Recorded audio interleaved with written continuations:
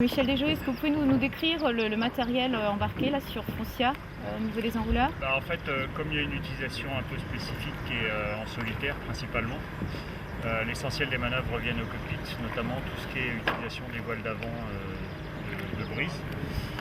Et donc les trois voiles qui sont à poste tout le temps sont sur enrouleur, avec des galettes, parce que l'avantage de la galette c'est que déjà c'est bas.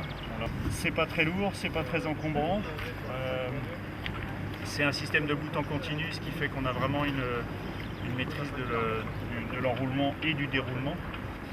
On a un Solène comme ça, on a 140 mètres carrés de voile pour des charges de l'ordre de 6 tonnes sur les quais.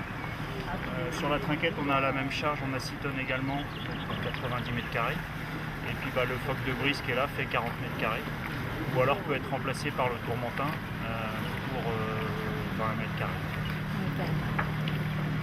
C'est des bateaux qui ont beau ne faire que 9 tonnes, ont des coupes de redressement qui sont à peu près égales à un bateau de croisière de 25 mètres. 25 mètres.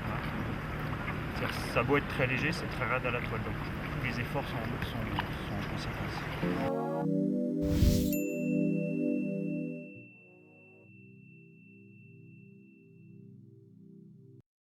Fafnor ont été les seuls à répondre à ma demande, qui était d'accepter de mettre sous charge en permanence et de façon et qui permettait l'enroulement, un câble d'été. Jusque-là, ça se faisait sur des Jenaker qu'on affalait, mais jamais sur des étés fixes. À l'époque, je connaissais des gens chez certains des concurrents de Fafnor, et ils m'ont dit non, on veut pas te faire ton truc, ça marchera pas. Donc c'est devenu chez nous un leitmotiv, ça marchera pas. Et puis en fait, Patrick Laniel, pour ne pas le citer, a embrayé tout de suite.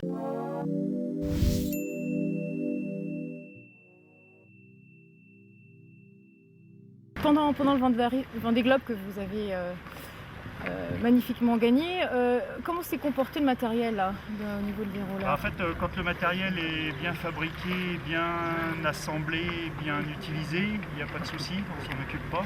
Et vous avez donc manœuvré essentiellement du cockpit en solo en fait. Justement, toutes les voiles, de toute façon en solitaire, toutes les manœuvres se font de là-bas.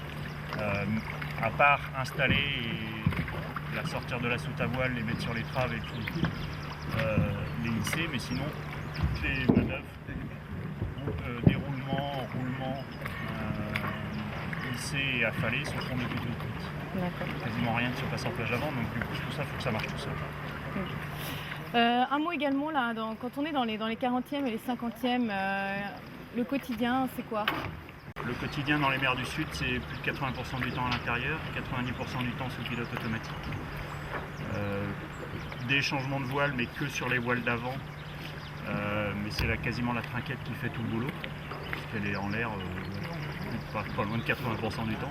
En fait, dans les mers du Sud, on a des transitions qui sont assez rapides d'une dépression à l'autre. Et on n'a quasiment pas le temps de sortir toute la panoplie. En général, on passe directement grande Génac et puis trinquette à nous. Les transitions sont assez brutales. Ce qui fait que on manœuvre beaucoup moins que ce que beaucoup de gens pensent.